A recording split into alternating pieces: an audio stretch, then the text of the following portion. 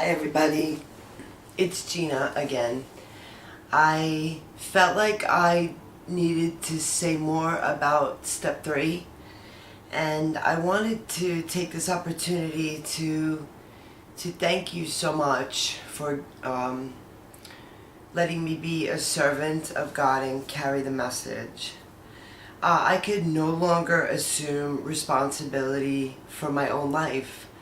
Not only was I powerless over alcohol, my life had become unmanageable, and my desire to win the show by myself no longer worked for me. And the harder I tried, the more unmanageable my life became. The more energy I exerted, the more out of control I got, and it got worse, never better. So I saw that coming to believe in a power greater than myself could restore me to sanity was necessary. Through working step 2, I became open-minded to the fact that I could no longer run the show, and I needed to let a power greater than myself restore me to sanity. And what was that sanity? It was just the idea that one more of anything would be a good idea, and it's not. It never was.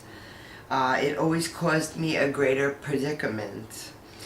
I needed to confront the self-will in my life, or self-centeredness, that always caused me disaster.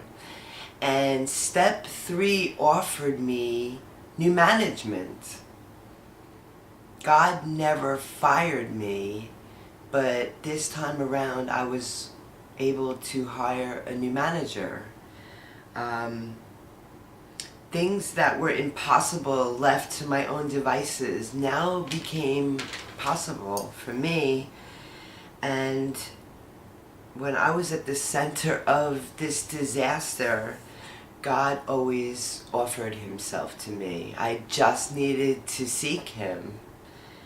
And prayer and meditation, compared to the chaos and unmanageability of my life, weren't always easy alternatives to face.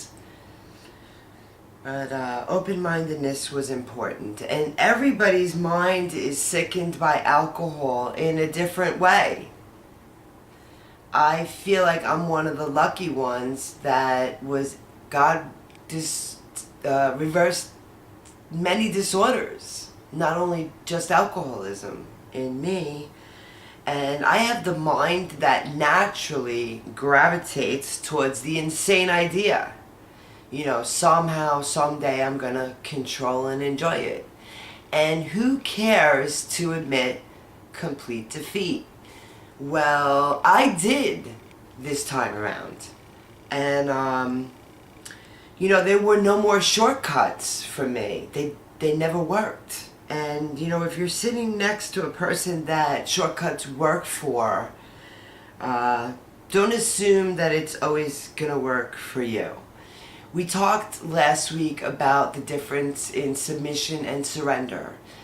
When you submit, whether you're there for your parents in recovery or in rehab, even in the fellowship, the courts, the judge, the parents, or even if you think you have a problem with alcohol, you're still left with that restless, irritable, and discontent feeling. The hole that never gets filled, the hole in your heart. But you can have a whole heart. Surrender is really coming from the pit of your stomach. I no longer have a lurking notion. I no longer entertain the idea that one more of anything would be a good idea, because it's not. Surrender in our culture has a negative connotation. In battle, when you surrender out of fear, usually you go to prison. In this fellowship, when you surrender to win, not out of fear, but out of faith, you're released from the bondage of self. At least I was. And God gave me something that I could never give myself. Freedom. You know, it was the lies that enslaved me, and the truth set me free. And God kept allowing me to keep trying. Experiencing the consequences of my own bad management. Never worked out. You know, today I understand that a relationship with God, my higher power, which I choose to call God, is way more rewarding. You know, it's rewarding. And somebody recently described it to me like this. If you had a baseball team that had a 0 win for the season, 0 wins, all losses, what they usually do is fire their manager. You know, they replace their manager because bad management resulted in their losses. And that's what we're doing. You know, the harder we try, the more unmanageable our life becomes, and we need to hire a new manager. And for me, you know, that was God, an animate object. So I no longer have to be the boss. And let me tell you, I am so happy no longer being the boss. I have to do certain things to keep spiritually fit. You know, it's like the tanks. I give out, and then I refill my spiritual tanks so that I can keep going. And in step 4, which we're going to examine in the next video, we learn how to search fearlessly, because unresolved resentments can lead us back to this great obsession. You know, that one more of anything would be a good idea. And the insanity of doing the same thing over and over and over and expecting different results, well, we damn well know them. And I don't know about you, but the gift of desperation was able to finally break through my denial.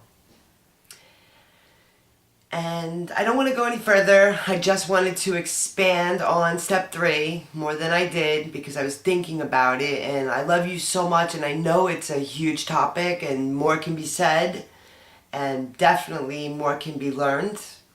God speaks to us through people, and there have been some extraordinary people in my life that I was able to hear the message from. And hopefully you can hear a message from me. So thanks for listening, and have a great day, and until next time. Bye.